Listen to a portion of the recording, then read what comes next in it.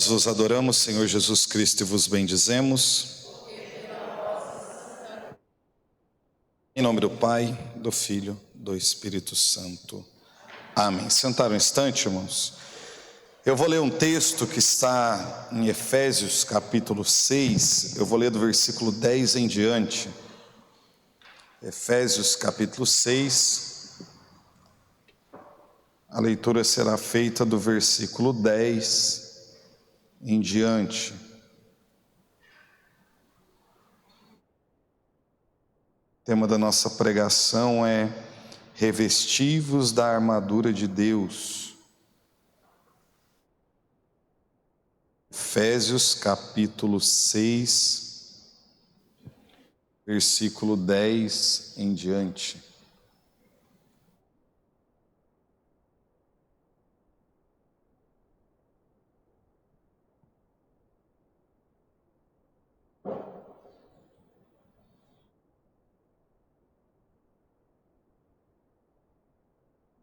Amém?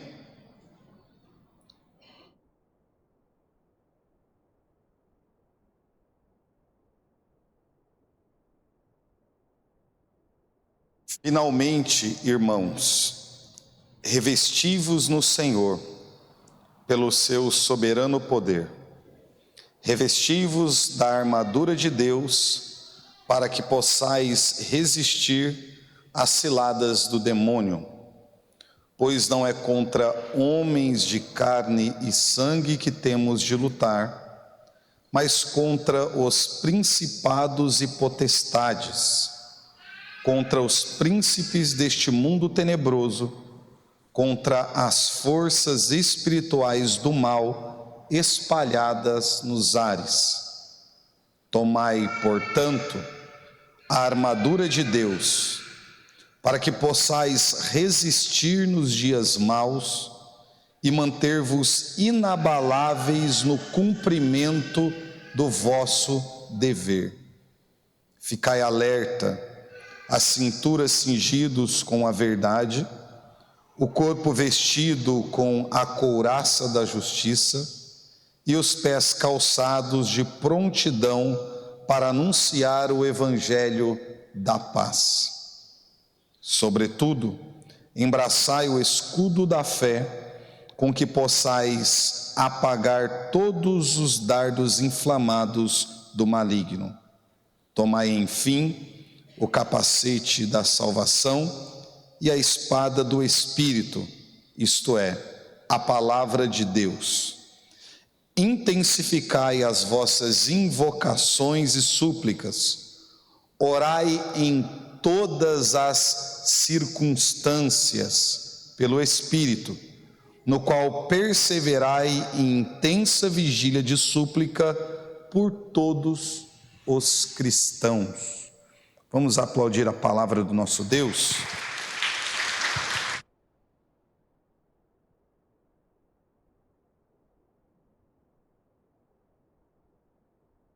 Irmãos, eu quero partilhar um pouquinho com vocês na tarde de hoje, a dinâmica das primeiras fundações, primeiras comunidades.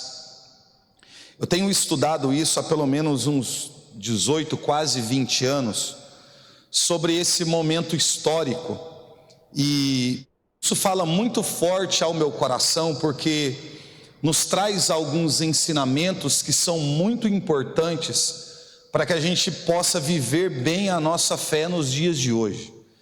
Existem algumas reflexões que precisam ser feitas nos nossos dias, de situações que já foram vividas e superadas na vida da igreja. Então é muito importante nós olharmos para um período histórico e observarmos a realidade que nós estamos vivendo, para que a gente não cometa os mesmos erros. A grande dificuldade de nós olharmos um período da história e conseguirmos de certa forma fazer uma análise que ela seja objetiva, é porque nós sofremos hoje nós temos uma falta de percepção da realidade muito grande. Ou seja, nós olhamos diante de tudo que está acontecendo ao nosso redor em todos os sentidos, em todas as esferas, e a gente não consegue compreender o que tem acontecido à nossa volta, ou seja, a nossa percepção, ela acaba sendo muito turva, muito dúbia. Nossa mente, ela tem sido cauterizada ao longo do tempo. É como se nós fôssemos, de certa forma, a enxergar de forma errada aquilo que nós enxergamos, ou seja, nós somos ensinados, educados, catequizados, preparados, induzidos, coagidos, manipulados, e use o adjetivo que você souber além dos que eu sei. A nossa mente está sendo preparada para enxergar as coisas de uma forma errada. Para quê?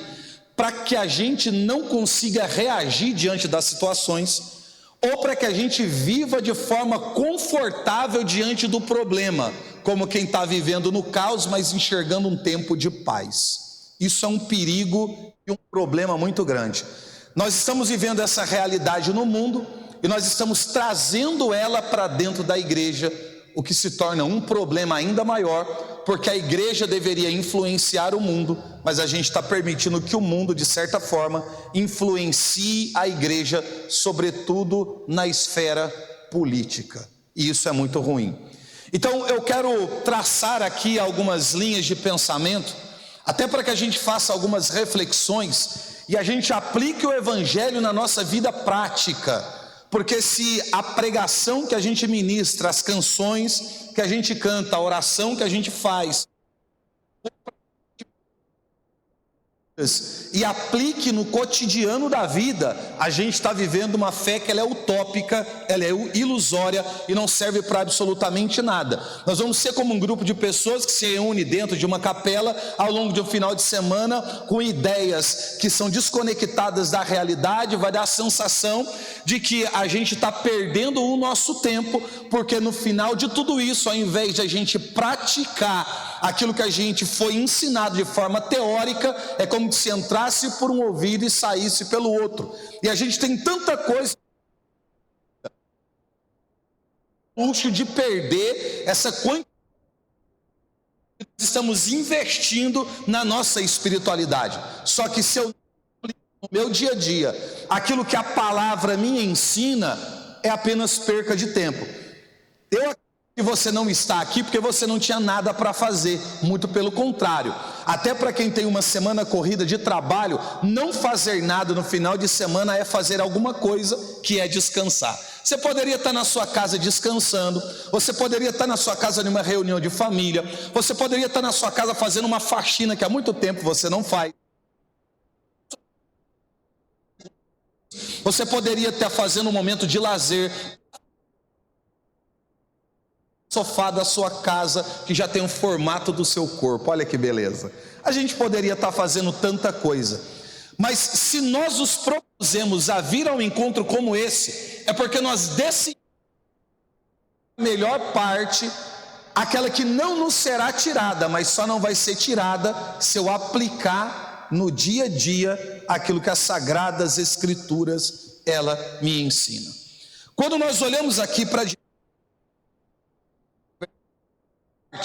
de um discurso que ele é mais extenso, aqui que é dirigido à comunidade de Éfeso, dos Efésios, digamos assim, a gente precisa entender algumas coisas. Sempre que o apóstolo, que fosse qualquer um outro dos apóstolos, eles escreviam uma carta, normalmente escrevia-se uma carta, e a carta escrita ela tem sempre um caráter, isso precisa ser claro. Uma carta não era destinada a uma comunidade sem atender um propósito muito específico. Uma carta era escrita para corrigir alguns problemas no meio daquela comunidade de fé.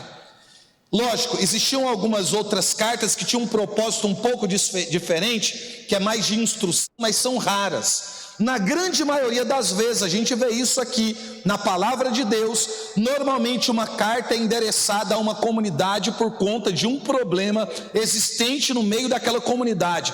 Ou seja, ela é motivada por um problema, e ela tem um caráter específico, e o objetivo é consertar a conduta daquele povo, seja moral, espiritual ou qualquer outro tipo de problema que aquela esteja vivendo.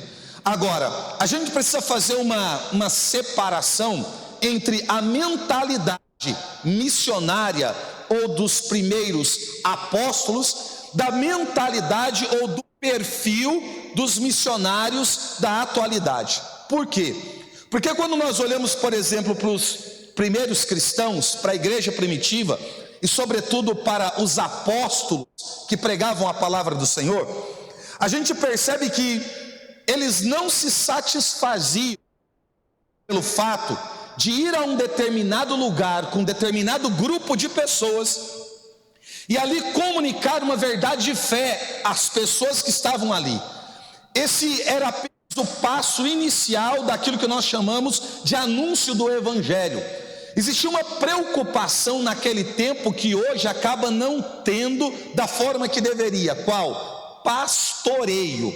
Era a preocupação que os apóstolos tinham se o povo que foi alcançado pela pregação da palavra, eles estavam perseverando na fé.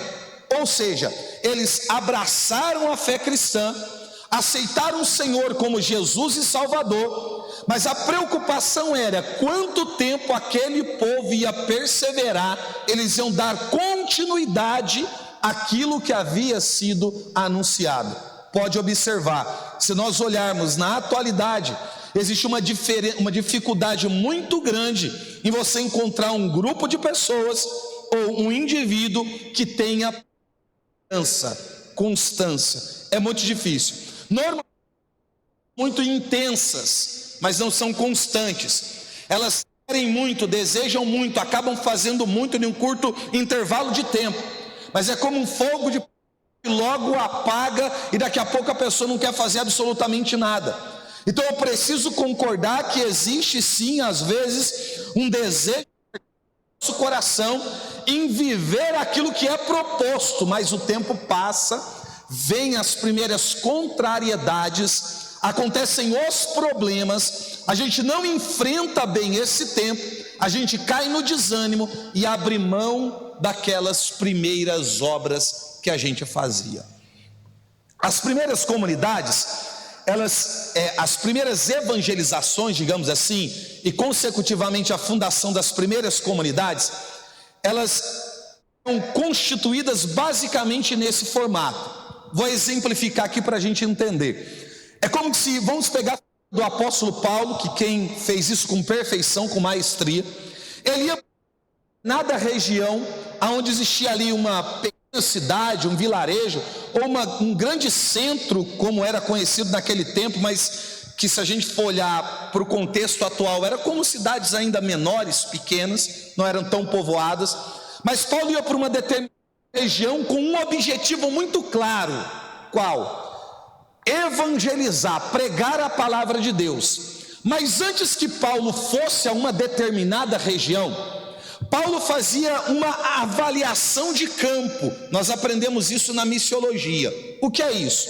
Ele fazia um estudo para saber qual era o tipo de comportamento das pessoas naquela região, qual era a religião predominante naquele lugar, qual era o tipo de fé que as pessoas professavam, para saber de que ele entraria naquela cidade para anunciar a palavra de Deus.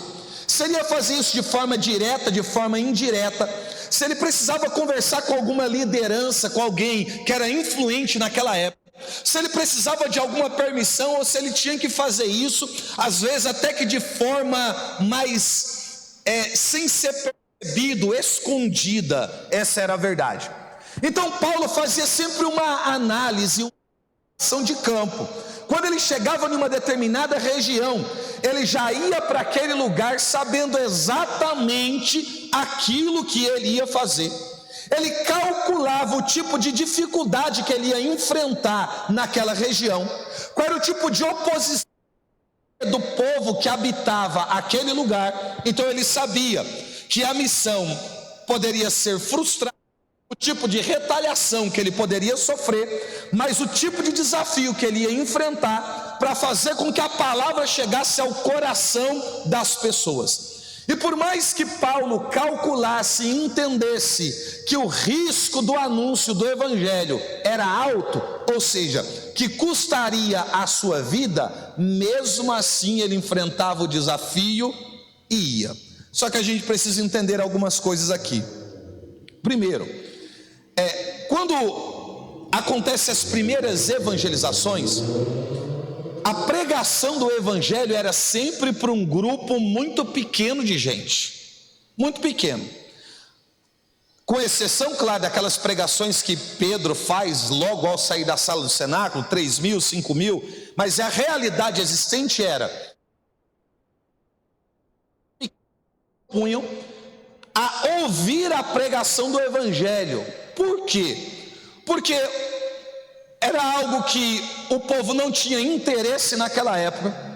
O cristianismo ainda era visto como uma espécie de seita ou uma ameaça política. Ou seja, muitos cristãos já estavam morrendo naquela época, então ninguém queria ouvir, ser alcançado pelo evangelho, sabendo que professar aquela fé custaria a sua vida. Eu estou dizendo para você que a pregação da palavra, que ser cristão, que ouvir o evangelho, não era algo muito bem visto e nem aceito naquele tempo. Pessoas que tinham interesse com a mensagem do evangelho. Era sempre um grupo muito pequeno de pessoas que ouviam aquela pregação, aqueles anúncios. O conceito de igreja, no sentido de congregação de fiéis, nos primeiros 100 anos da história da igreja, eram de reuniões nas casas. Não era em templos, ou como nós conhecemos hoje, paróquias e comunidades, onde se reúne ali uma comunidade de fé. Não. O conceito de igreja, nos primeiros 100 anos aproximadamente, era de reuniões nas casas. Essa era a reunião. Ou seja, era sempre um grupo pequeno de pessoas nas casas. Essa era a reunião da igreja. Naquele momento eram as primeiras comunidades. O que acontece? Ali, por exemplo, se Paulo chegasse a uma determinada região, sabendo quais eram os desafios, sabendo quais eram as precisava fazer para que o evangelho fosse pregado, ele enfrentava todas aquelas situações por conta do ardor missionário que tinha no seu coração. Chegava àquela região, juntava sempre um grupo pequeno de pessoas e as reuniões eram nas casas. Ali Paulo pregava. Não dá para calcular assim precisamente o tempo em que Paulo fica em cada comunidade. Por quê? Porque isso dependia do nível de aceitação das pessoas. À medida que aquela comunidade reunida declarava Jesus como Senhor e Salvador, em um tempo curto, a missão não precisava de tanto tempo da permanência de Paulo.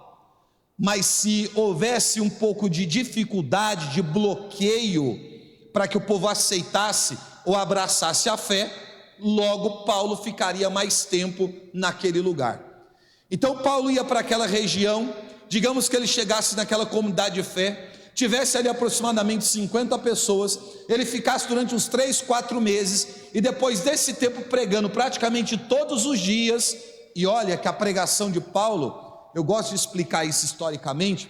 Paulo era um pregador de baixa estatura, de uma voz aguda, não era pesada como a minha, a voz dele era aguda, sabe aquela vozinha estridente, bem aguda, bem chatinha de ouvir? Era a voz do apóstolo Paulo.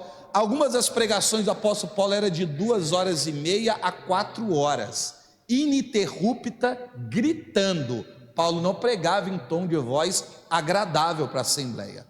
Imagine um camarada de baixa estatura com uma voz aguda gritando na sua cabeça 3 horas sem parar.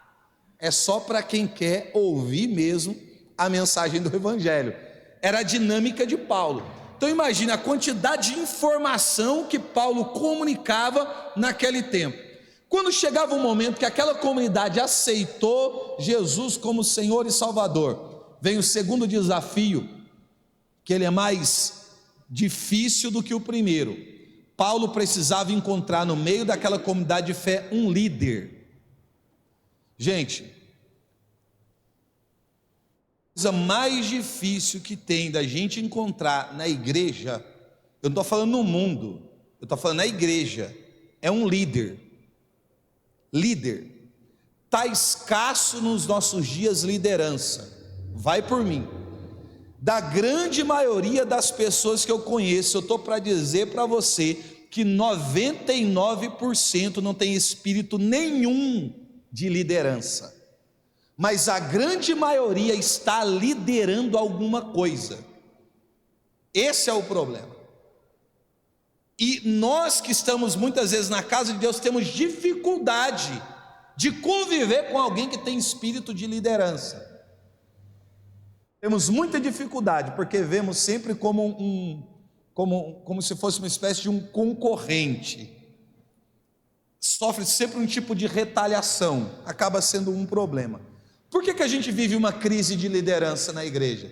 Vou te explicar. Porque as pessoas que lideram, elas não têm autoridade para liderar. O que isso significa? Autoridade, ela é uma palavra que está diretamente ligada à coerência de vida. Vou te explicar no Evangelho.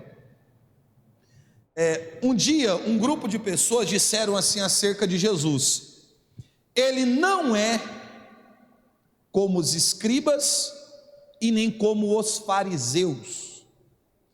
Ele, Jesus, ele fala como autoridade. Olha que coisa. Vamos lá.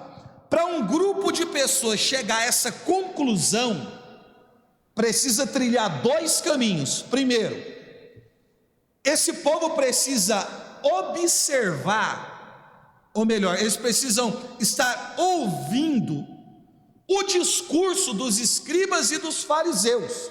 Ou seja, é um grupo de pessoas que costumeiramente estão ouvindo o discurso, o ensinamento, a direção que vem dos escribas e dos fariseus. São ouvintes assíduos.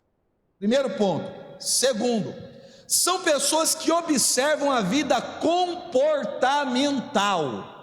Ou seja, é o mesmo grupo de pessoas que vê a pregação, a instrução e o ensino. Eles também estão observando o comportamento dessas pessoas no dia a dia.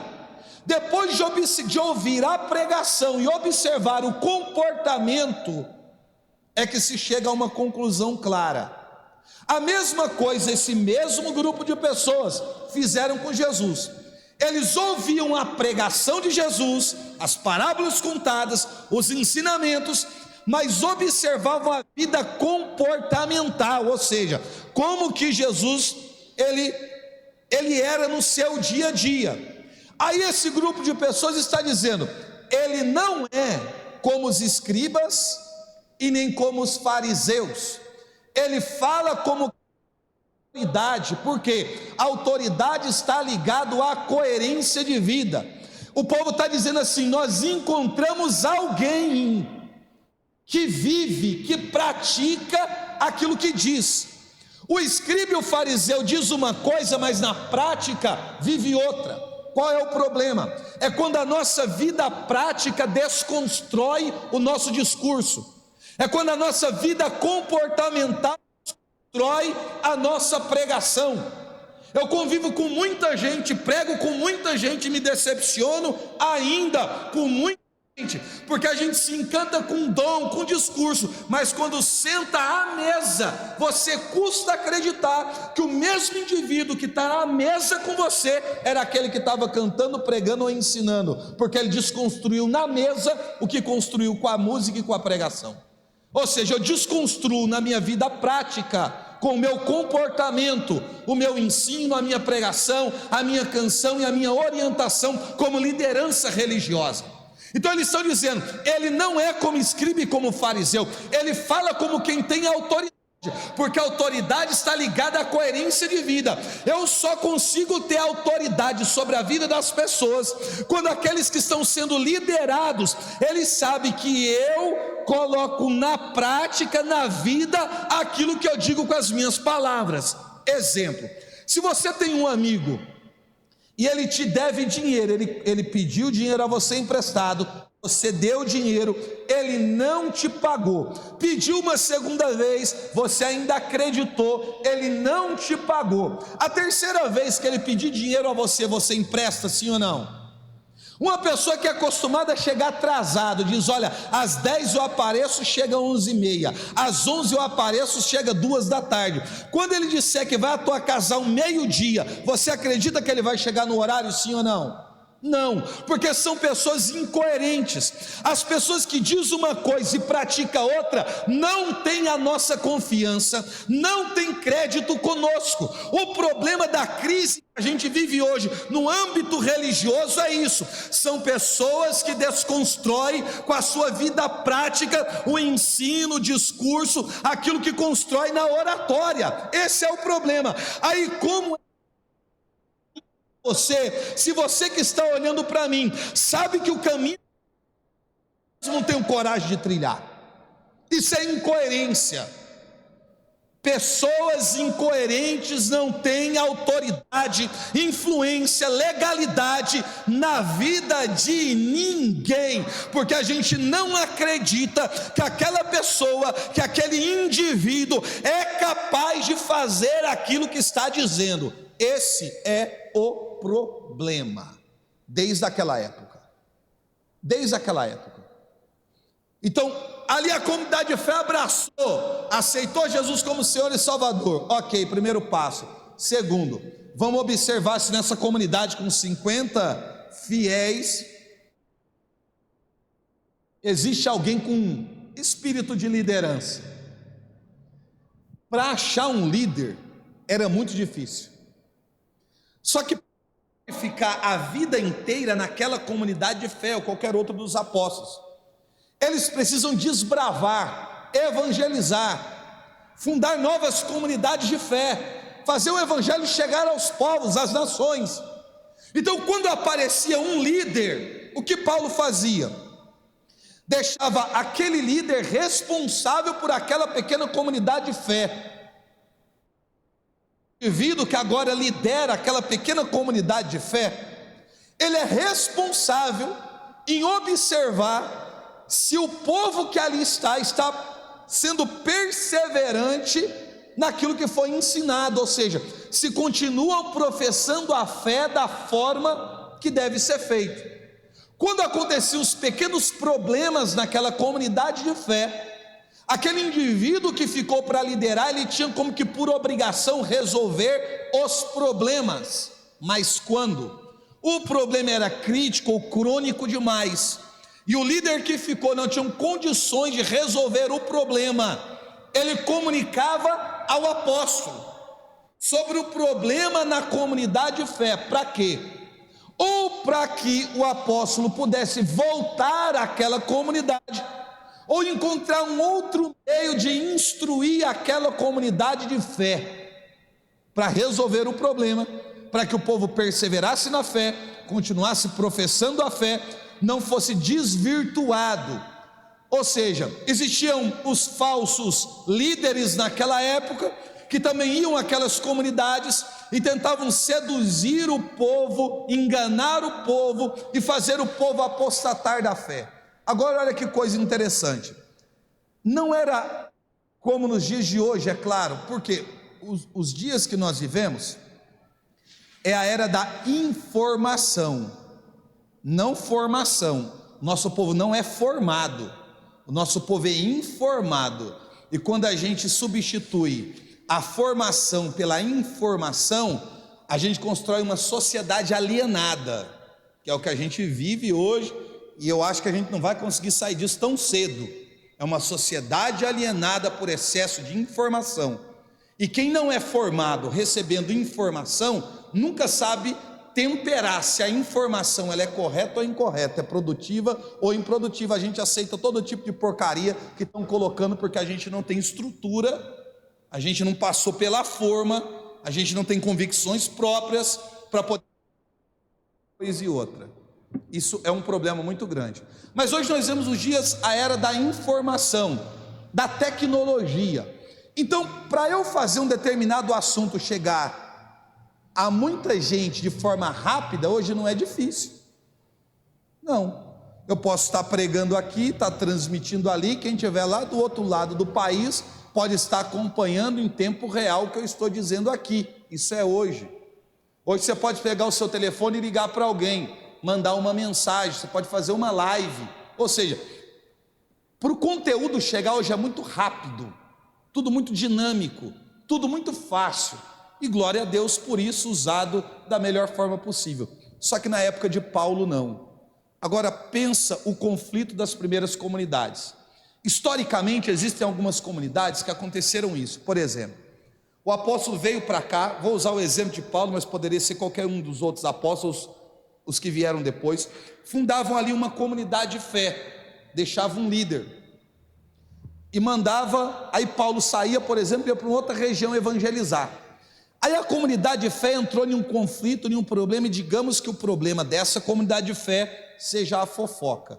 Eu peguei a fofoca porque é coisa que aqui, né, eu sei que não acontece, graças a Deus, só no estado de Minas Gerais. Então vamos colocar que de repente assim que por acaso exista fofoca nas comunidades aqui, né? Assim, só um exemplo que na prática a gente sabe. Aí está ali uma comunidade de fé e tem uma intriga, uma fofoca. Gente, fofoca é um problema, sim ou não? Fofoca destrói uma obra, sim ou não? Aí digamos que quem ficou, a fofoca é tão braba que a pessoa não conseguiu solucionar. Ou seja, estão dizendo lá embaixo, que aqui essa conversa é aqui assim, né? Estão dizendo lá embaixo que aconteceu determinada coisa. Nunca tem nome, nunca tem CPF, nunca tem nada. Eu acho que na igreja a gente tem que começar a fazer igual a polícia faz, acariação. Quem falou, chama fulano, põe frente a frente, constrange um de frente para o outro, já resolve o problema. Já solucionava que o povo ia ter medo de fazer fofoca na igreja. Mas como ninguém chama ninguém, ninguém fala com ninguém, aí continua do jeito que está. Aí estava uma fofoca.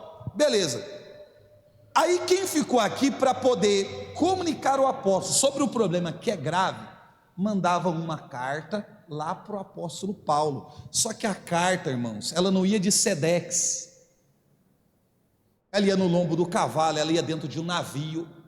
Então, historicamente existem relatos de cartas, de comunidades fundadas, que demorou 1 ano e meio para chegar na mão de Paulo. Aí que tinha um problema com Paulo. Paulo vivia mais preso do que solto. Tanto que na comunidade dos Efésios é uma das epístolas do cativeiro, por volta do ano 60, 62, que ele estava numa prisão em Éfeso, em Roma. Ou seja, Paulo vivia mais preso do que solto. Então, ia ter que mandar outra carta. 1 ano e meio para chegar, escrevi uma carta tentando corrigir o problema da comunidade, incentivar os irmãos. 1 ano e meio para voltar, 3 anos se passaram. Agora você imagina uma comunidade, 3 anos numa fofoca brava. Existem relatos históricos de cartas que quando voltou, a comunidade já havia acabado, porque não suportava o problema, que só o apóstolo podia resolver. Só que pela distância, não dava tempo nem de ir, e a carta demorava muito tempo chegar. Então quando chegava o conserto, já não tinha mais o que consertar, porque a comunidade se desfez, acabou, se destruiu, implodiu, foi embora, por conta de um problema. Então vocês estão entendendo que era difícil a evangelização naquela época? Eram pequenas reuniões nas casas, pequenos grupos de irmãos, os problemas que apareciam eram difíceis de ser solucionados, e aqui de forma específica Paulo está mandando um direcionamento a uma comunidade. Só que, gente, eu fico constrangido com o ardor missionário de Paulo, porque é uma das epístolas do cativeiro. O que significa? Paulo escreveu o conteúdo, mas ele está... Podia ser uma masmorra ou uma prisão domiciliar, como a maioria acredita. Paulo está preso. É um homem fisicamente preso, espiritualmente livre, enviando uma carta para uma... fisicamente livre, mas espiritualmente preso. Como pode um detento, um homem que está preso, ter que encorajar alguém? Ou seja, nós não sabemos o que fazer com a nossa liberdade. Egito, mas carregava o Egito dentro de si, está atravessando o deserto e está reclamando que falta comida, que falta água, que era melhor alho, pepino e cebola, que está quente demais, que está frio demais, que era melhor voltar para o Egito. E uma hora que Moisés sobe na montanha para rezar, depois de 40 dias, quando desce, o povo já está dormindo. Ou seja, eu sou livre, mas eu nasci na escravidão, vivi na escravidão, e quando saí dela, eu não sei fazer outra coisa que não seja aquilo que eu aprendi no tempo de escravo. Tem gente que não sabe o que fazer com liberdade, não sabe o que fazer. Tem gente que ama a escravidão, tem gente que cultua a escravidão. Tem gente que só sabe viver dessa forma, dessa maneira. A mente é desse jeito, os costumes é dessa forma. A vida foi construída e alicerçada desse jeito. E eu já não vou passar daqui, senão a gente não esfera política, vai dar problema. Mas a mente do povo está que é só a misericórdia de Deus. O povo não sabe o que fazer com liberdade. Na verdade, não sabe nem o que é liberdade. E às vezes usa daquilo que acha que é liberdade para poder construir um ambiente de escravidão. Gente, meu Deus do céu, está complicado. E é desde essa época, viu? Assim, é um mal na sociedade. E já vem desde a região da Mesopotâmia, do berço da civilização, o povo já vem desse jeito até hoje. O povo ama uma escravidão. Sai do Egito, vai para a Babilônia, sai da Babilônia, está sempre procurando alguém para poder escravizá-los. Isso é o costume do povo, da humanidade, está assim em todo canto. Todo canto, não adianta fugir daqui para ali e daqui para cá. O povo gosta de um cativeiro, que é uma beleza. É uma beleza, porque quem acostumou, meu irmão, deixa para lá, vamos lá. Deixa eu voltar aqui. Aí a dificuldade, a dinâmica da evangelização era muito grande. Paulo está escrevendo uma carta em um estado onde ele poderia estar preocupado com o seu bem-estar, com a sua saúde, ou ele poderia estar fazendo aquilo que muitos de nós no lugar de Paulo faria. O que foi que eu fiz para merecer isso? Depois que eu aceitei Jesus, a minha vida piorou. Parece que quanto mais eu rezo, mais assombração aparece. Ele poderia estar dito, depois que eu fui encontrado no caminho para Damasco, eu só vivo apanhando, sendo apedrejado, tenho que sair dentro de cesto das cidades, né? Estou sofrendo ultraje, estou sendo injustiçado, estou preso o tempo inteiro. Como quem diz, será se valeu a pena?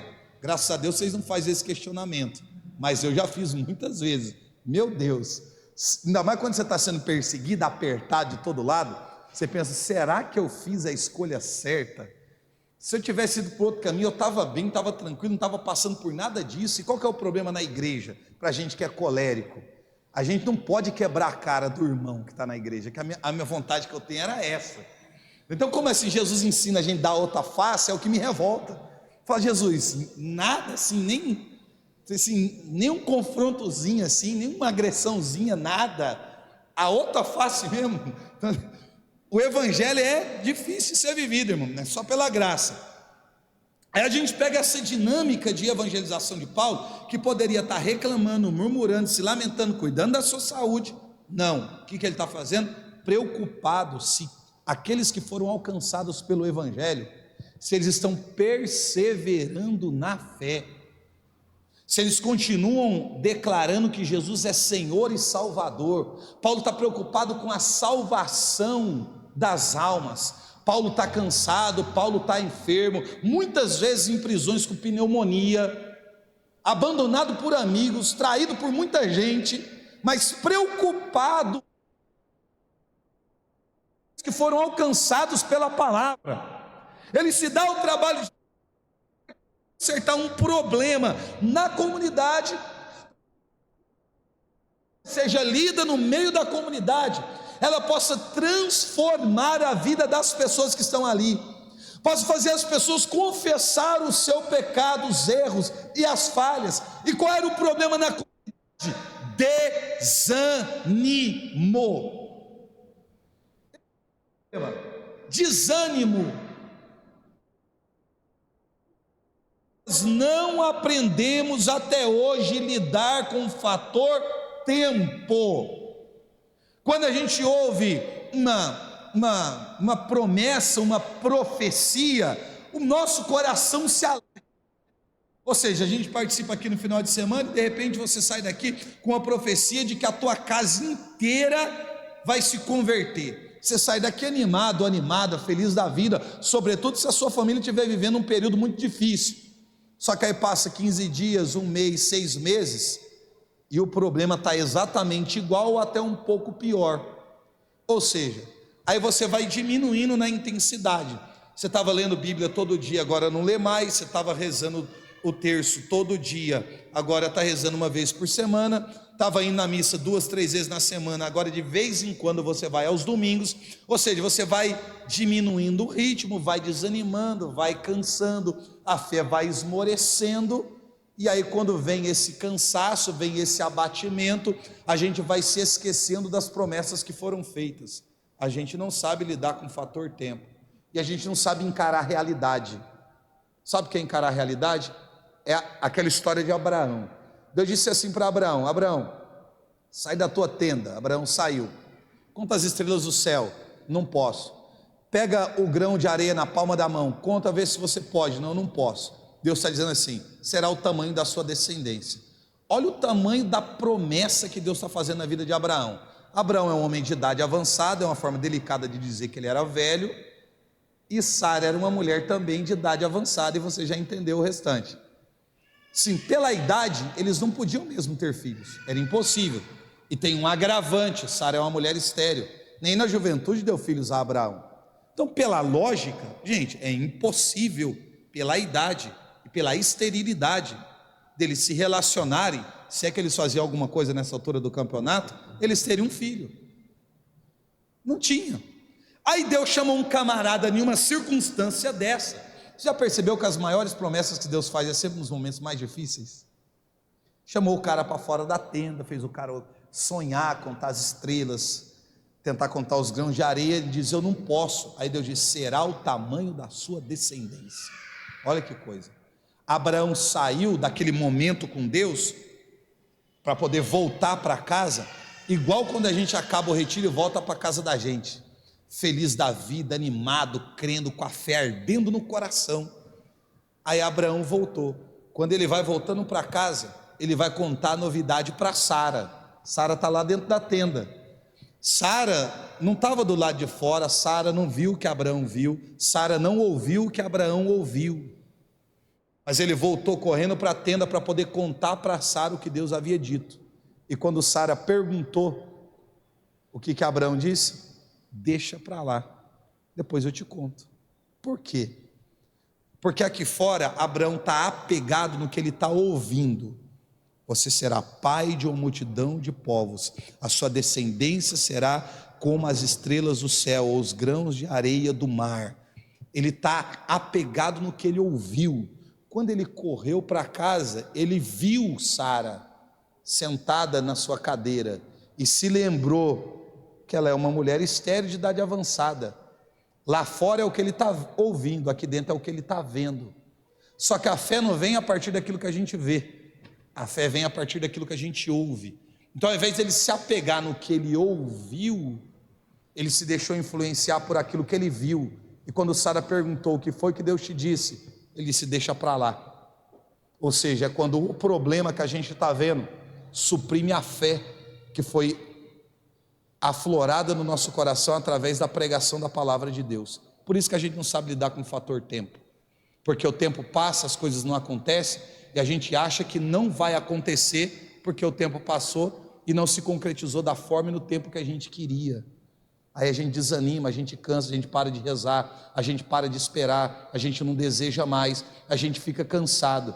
Você pode sair da sua casa aqui feliz da vida, com o coração ardendo, chegar lá na sua casa, digamos que você vai receber uma palavra aqui, você vai crer que o seu marido vai sair do alcoolismo, aí você chega na sua casa e vê ele bêbado. Você vai ficar com o que você está vendo, ou você vai ficar com o que você ouviu? A fé vem de ouvir a palavra de Deus. Não foi o que Jesus ensinou para os discípulos? diante de duas circunstâncias, mas com exemplos basicamente parecidos. Se tiverdes fé, como, não do tamanho, tamanho é quantitativo, é qualitativo. Se tiverdes fé como um grão de mostarda, direis a esta montanha, ele apontava para o Monte Hermon, de mais de 2.000 metros de altura, direis a essa montanha, arranca-te daqui, transplanta-te para lá, isso acontecerá e nada vos será impossível. É como do tamanho do grão de mostarda, não é do tamanho, às vezes está escrito do tamanho, mas é a tradução errada, porque a fé ela não é quantitativa, ela é qualitativa.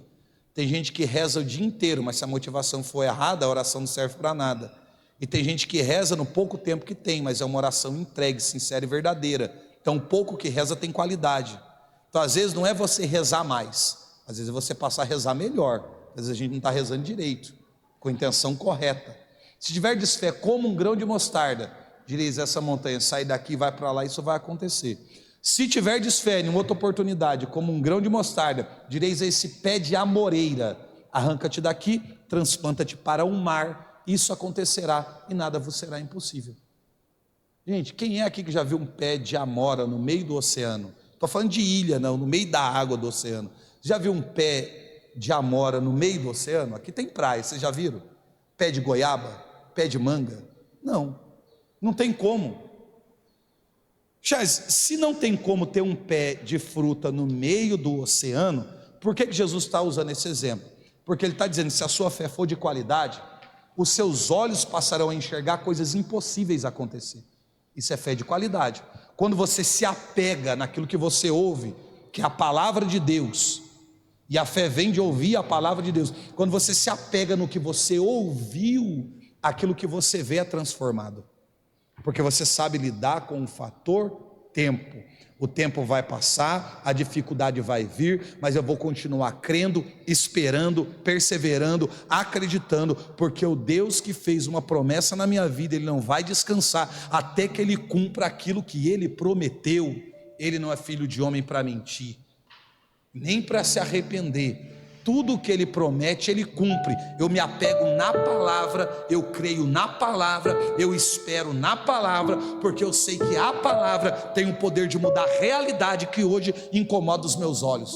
O problema é que a gente se deixa influenciar por aquilo que a gente está vendo, e suprime a fé no nosso coração, e cai no esquecimento aquilo que a gente ouviu, e a gente não aplica no dia a dia a palavra de Deus. Qual é a preocupação de Paulo, irmãos? Que o povo seja perseverante, mesmo diante da dificuldade. É por isso que ele inicia dizendo assim, finalmente, irmãos, fortalecei-vos no Senhor.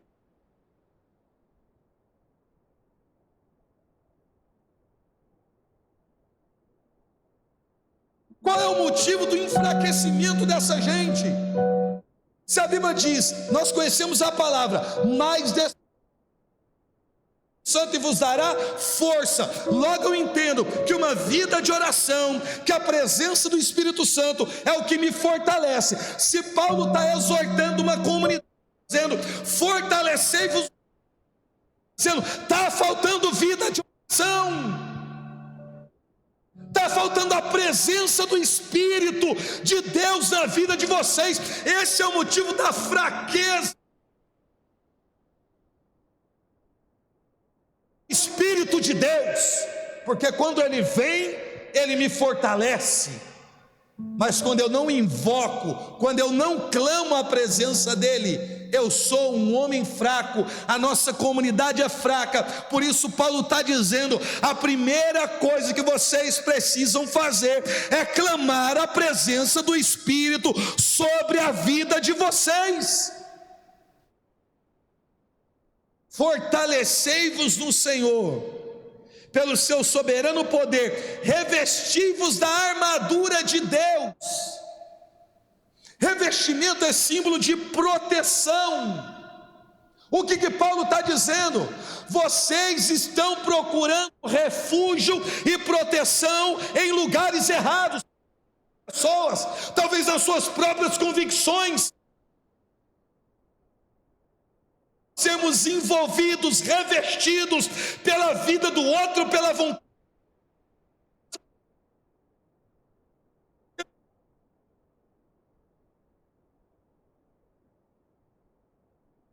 armadura para fazer o povo entender. E que por mais que o momento que eles estejam vivendo é um momento difícil, eles não perderam ainda a guerra. Ou seja, é uma luta que é travada todos os dias, é uma batalha a ser enfrentada todos os dias, e não podemos ir para a guerra fraco e revestido das nossas convicções.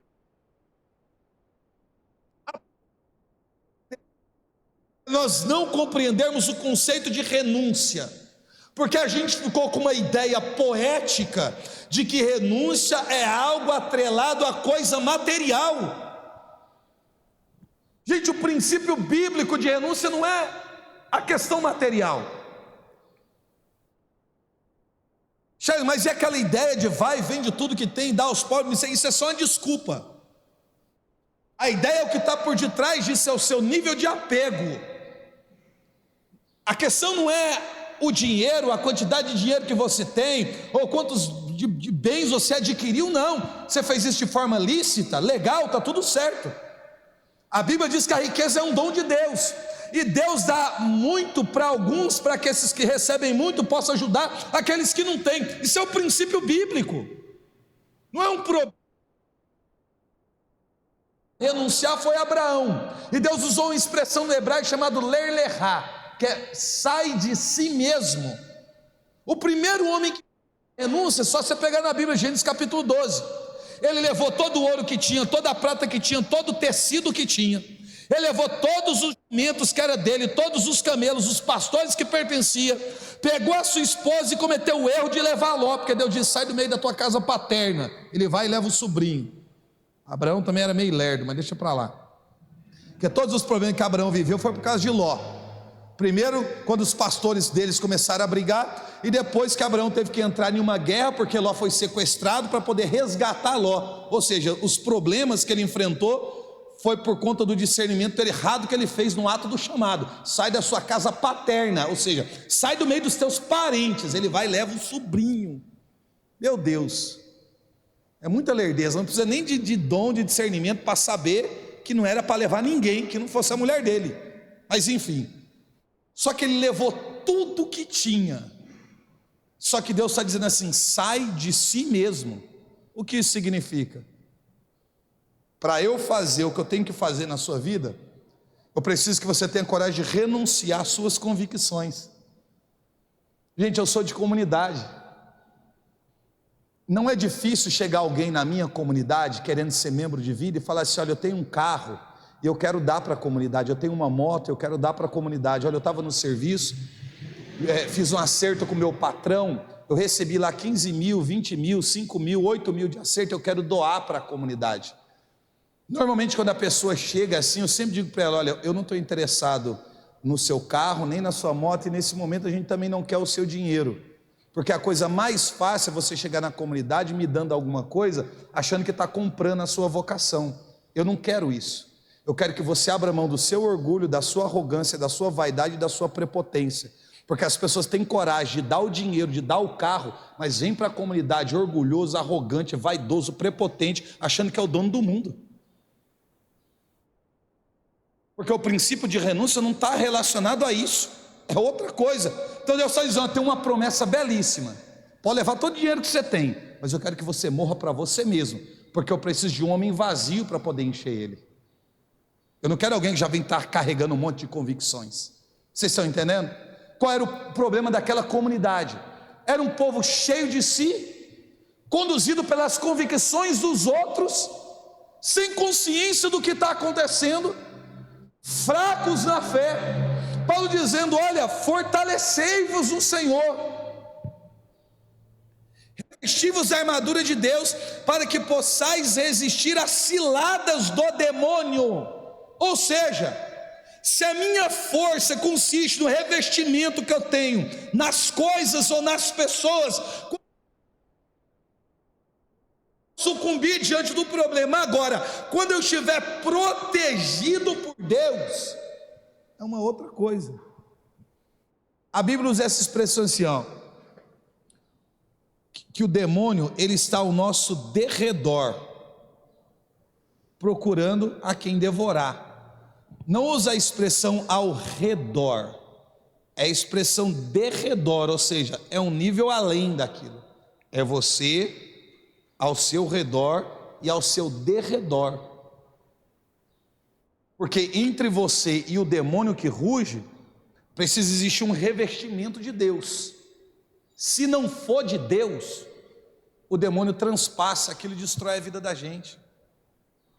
Seduz a gente, manipula a gente, convence a gente a fazer coisas que a gente não deveria. A gente é facilmente influenciado pela ação do mal. Pois não é contra homens de carne e sangue que temos de lutar, mas contra os principados e potestades, contra os príncipes deste mundo tenebroso, com as forças espirituais do mal espalhadas nos ares. Paulo deixa claro, é uma batalha, mas ela não é física. É uma batalha espiritual, ou seja, vocês desconhecem o inimigo de vocês. Gente, a pior coisa é você ir para uma guerra desconhecendo o inimigo. Leia aquele livro, A Arte da Guerra, é um best-seller. Numa guerra você precisa conhecer os pontos fortes e os pontos fracos do seu inimigo. Interessante que isso é uma mentalidade judaica. Eu sou formado em cultura judaico-cristã, né? Eu dou aula sobre isso. Os judeus, eles dizem assim, que entre a criação e a queda, existe um tempo chamado de período da inocência dentro do judaísmo, que eles calculam esse tempo em 13 mil anos. Entre o dia que Deus fez o homem e soprou nas narinas do boneco, e entre o dia que eles comeram do fruto, os judeus dizem que entre uma coisa e outra, se passaram 13 mil anos. Presta atenção, para você ver como é que o diabo age. Para os judeus, São Jerônimo diz que isso aconteceu no mesmo dia, a criação, e no mesmo dia foi a queda. Mas ele também usa a expressão bíblica dizendo que um dia para Deus é como 1000 anos e 1000 anos é como um dia, ou seja, deixou como uma coisa incalculável. Então, vamos numa mentalidade judaica, 13 mil anos, ok. Só que assim, Deus usa algumas expressões quando Ele cria as coisas, que a gente precisa prestar muita atenção. Porque antes de acontecer um pecado, qualquer pecado, primeiro vem uma quebra de princípio. Ninguém peca sem antes quebrar um princípio. Para um pecado acontecer, tem que ter uma quebra de princípio. Então, o primeiro erro do Éden não é o pecado em si, é a quebra do princípio, que vem antes. Vou te explicar. Deus fez as coisas no primeiro dia, no final do dia olhou e disse assim, é bom. Ou seja, Ele contemplou a criação e disse que era bom. Foi assim ao longo dos 6 dias. Na terça-feira, na verdade, Deus usou a expressão bom 2 vezes. Por isso que judeu só se casa na terça, porque no judaísmo eles acreditam que a terça-feira tem uma bênção dobrada, uma porção dobrada, e tudo que você faz na terça-feira tem 2 vezes chances de dar mais certo. Aí você pensa, se eu soubesse disso eu tinha casado na terça e não no sábado. É a mentalidade judaica. E no 6º dia Deus usou a expressão muito bom, porque foi o dia que Ele fez o homem, no 7º descansou. Então desses 6 dias que Ele vai usando a expressão é bom, é bom, é bom, é bom, é bom, no 6º é muito bom, e na terça-feira a palavra bom 2 vezes. Só que depois Deus volta a contemplar o homem, que Ele disse que era muito bom. E aí Deus usa a primeira vez a expressão assim, não é bom. O que não é bom? Não é bom que o homem fique só. Vou lhe fazer uma adjuntora, uma companheira. Aí veio Eva. Então Deus entendeu, o que não é bom? Não é bom que o homem fique só. Por isso que o judeu entende que ele só alcança a perfeição através da vida matrimonial, do casamento, que é quando ele entende que ele pode ser perfeito, que ele vive uma vida completa, isso é judeu. Não é bom que o homem fique só. O demônio que não dorme, que não come, que não descansa, que não faz nada, em uma mentalidade judaica, ele ficou 13 mil anos esperando no Éden o homem e a mulher quebrar um propósito, um princípio, o único princípio estabelecido no Éden. Não é bom que o homem fique só. 13 mil anos esperando ou o homem se afastar da mulher, ou a mulher se afastar do homem. Porque enquanto eles estão juntos, o diabo não chega perto. Mas o dia que eles distanciarem um do outro, eles quebraram um princípio. Não é bom que o homem fique só. Observe que quando Eva é seduzida, Adão não está perto. É 13 mil anos o diabo pacientemente esperando o homem quebrar o único princípio estabelecido. O que eu estou dizendo? A gente precisa saber contra quem a gente está lutando. O diabo é inteligente, não come, não dorme, não descansa, ele investe o seu tempo em nos observar e fica esperando a gente quebrar princípio. O diabo só chega perto da gente quando a gente quebra princípio, porque a gente abre brecha. Quebrou o princípio, ele diz: agora eu posso ir e tentar convencê-lo ou convencê-la a fazer o contrário do que ele está fazendo, porque a força que tinha não tem mais, quebrou o princípio. A coragem que tinha não tem mais, quebrou o princípio. É por isso que Paulo está dizendo: revesti-vos da armadura de Deus. Precisa existir uma proteção, um revestimento. A gente não pode quebrar princípio, colocar forças nos lugares errados. A gente precisa se revestir de Deus. Para quê?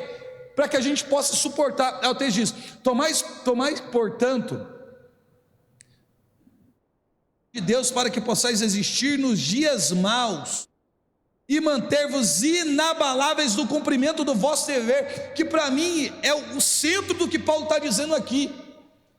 Revesti-vos da armadura de Deus, para que a gente possa suportar os dias maus, suportar os dias maus, possais existir nos dias maus, e manter a nossa fé inabalável, o cumprimento. O que tem acontecido com a gente? Quando chega o tempo da dificuldade, a gente não quer ir para a igreja, a gente para de produzir, a gente quer deixar de fazer a obra de Deus, porque está dizendo: mas eu estou sendo perseguido, mas é muito problema, é muita calúnia, é muita dificuldade, é muito cansaço. Independente do cansaço, do problema, da dor, do sofrimento, para nós, revestivos da armadura de Deus, porque se eu e você, nós estivermos nesse tempo revestido da armadura de Deus, vão vir as tribulações, as perseguições, as dores, a calúnia, a dificuldade. Você vai permanecer como uma pessoa inabalável,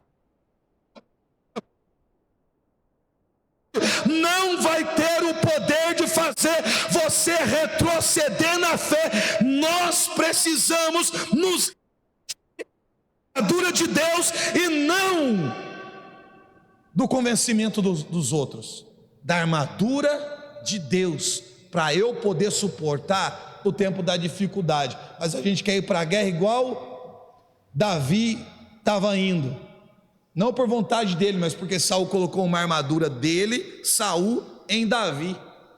A gente quer ir para a guerra e lutar com uma armadura que não é nossa, que não foi fabricada para a gente, que a gente não suporta o peso e não consegue se movimentar com ela em cima da gente.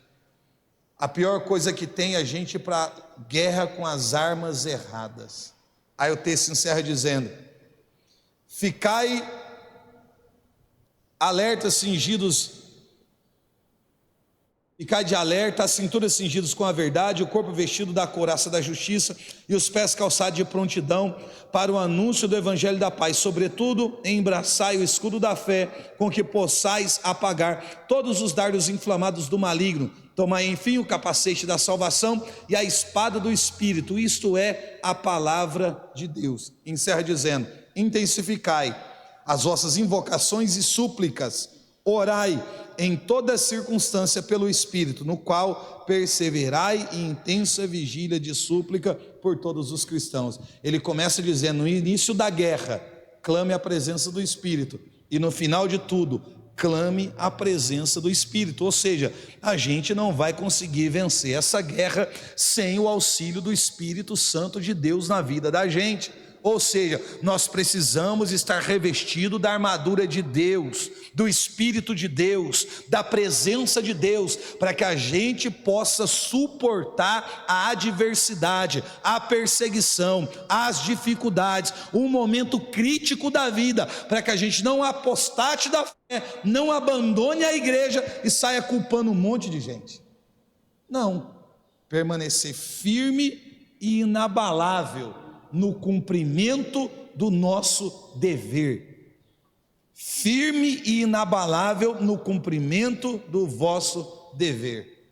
Gente, há 23 anos eu prego não foram poucas, foram muitas vezes que eu saí de casa para ir para a missão, sem querer ir, cansado, desanimado, entristecido, perseguido, caluniado, e vai pondo palavra aí, mas eu sei em quem eu coloquei a minha confiança.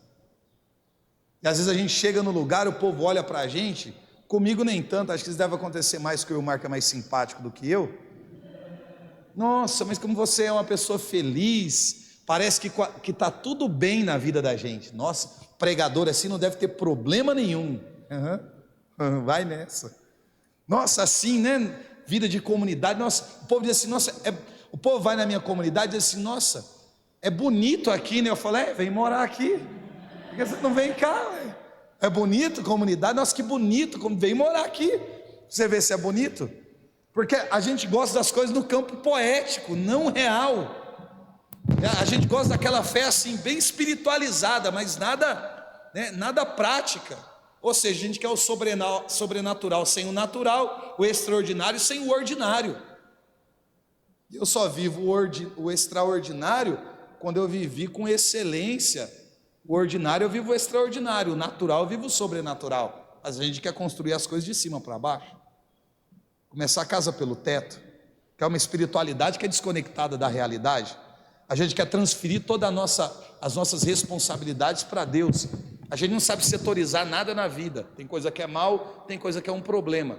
Problemas existem para você resolver. Nunca faça uma oração dizendo para Deus, Deus, resolve o meu problema. Deus nunca vai resolver o seu problema. Por isso Deus te dá dom, te dá o Espírito Santo, te dá sabedoria, te dá capacidade para que você resolva o problema. Agora o mal é só Deus. É só Deus. Tem coisa que Deus resolve, tem coisa que você resolve. Só que a gente pega o que é para a gente resolver e coloca na mão de Deus, e pega aquilo que só Deus pode fazer e tenta solucionar. Não, irmão. Se está desempregado, vai se capacitar, vai procurar serviço.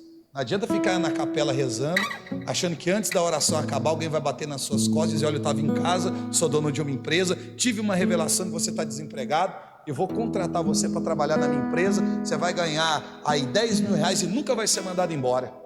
Isso é coisa de gente alienada.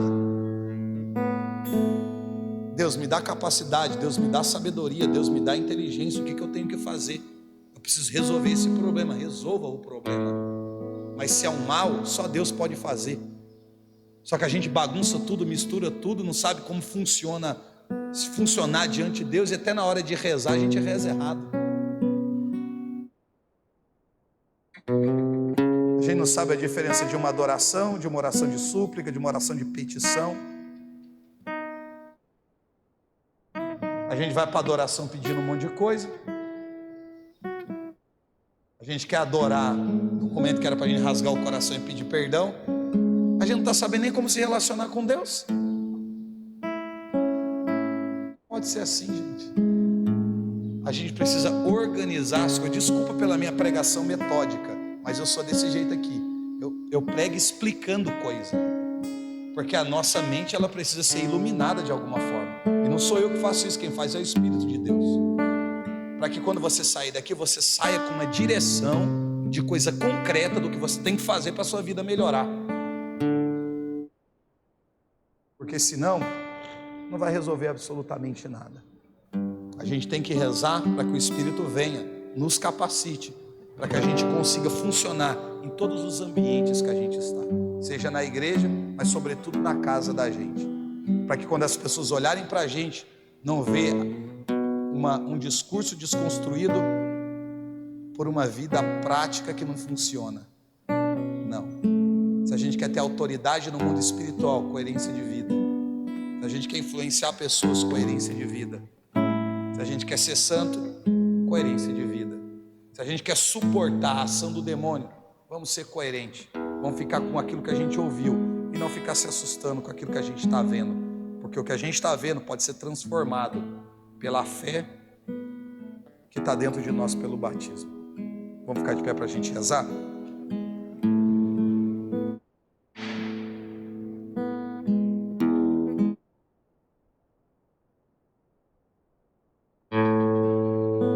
Feche seus olhos um instante.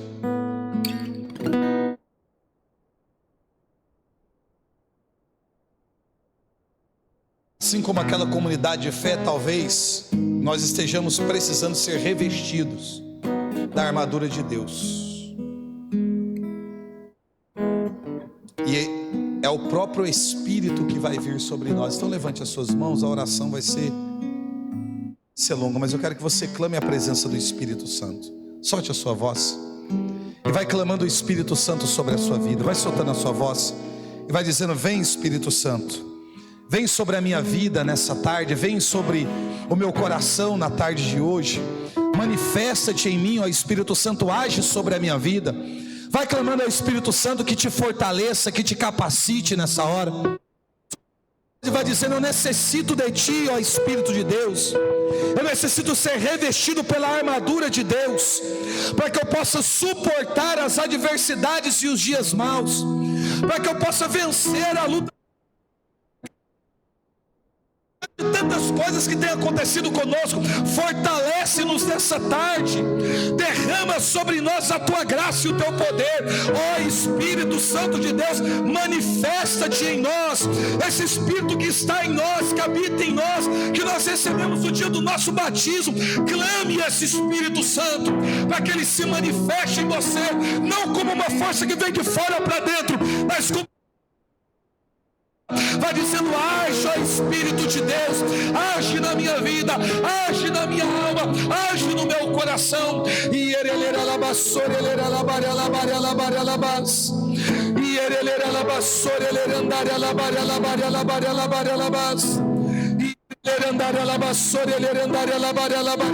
labare, labas. Vai soltando a sua voz e vai orando. E permita o Senhor, o Espírito de Deus, te revestindo nessa tarde.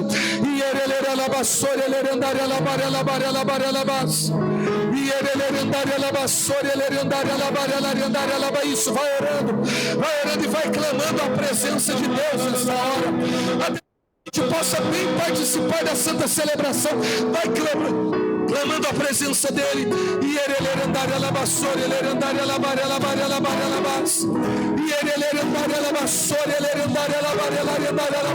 isso, para que a gente possa ter um encontro mais profundo com ele.